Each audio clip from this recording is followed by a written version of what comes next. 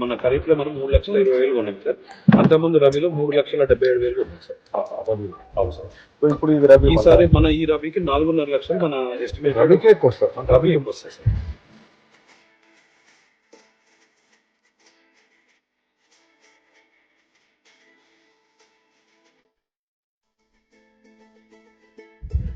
చేసిన రైతులందరికీ కూడా ఈరోజు పైమాన్పురం ఐటీపీ సెంటర్ వడ్ల కొనుగోలు కేంద్రం భువనగిరి నియోజకవర్గంలో ఈ మొదలు ఇక్కడ పైమాన్పురం మునుగొండ మండలంలో వడ్ల కొనుగోలు మొదలు పెడుతున్నాం.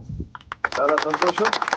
రైతాంగానికి అందరికీ కూడా కష్టపడి పండించి పంట మరి ఈ వడ్లు కళ్ళాలకు చేరవేసిన ఐటీపీ సెంటర్లకు ఈరోజు చాలా సంతోషం.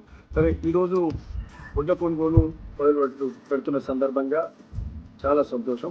వడ్ల కొనుగోలు ప్రతి సంవత్సరం కూడా పంట తెలంగాణలో ఎక్కువ వడ్లు పండిస్తున్నారు. ప్రభుత్వాలు, వరుస ప్రభుత్వాలు రాజశేఖర రెడ్డి గారి నుంచి మొదలు పెడితే ఆయన మొదలుపెట్టిన కాంగ్రెస్ హయాంలో మొదలుపెట్టిన జలయజ్ఞం నుంచి అనుకుందాం, మనకు నీళ్ళు ఇచ్చే కార్యక్రమం ఆడనాటి నుంచే మరి అందులో భాగంగా వడ్ల పంట తెలంగాణలో ఎక్కువ అవుతుంది.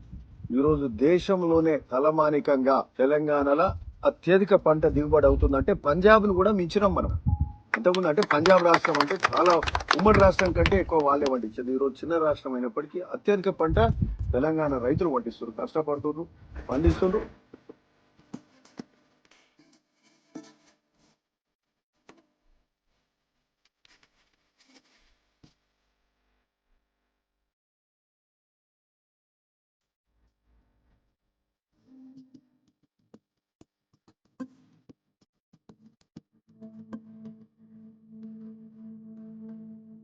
ఎవరికి రైతులకు తొందరగా కొనుగోలు కావాలి, తొందరగా వాళ్ళ పైసలు వాళ్ళ అకౌంట్లో చేరాలి.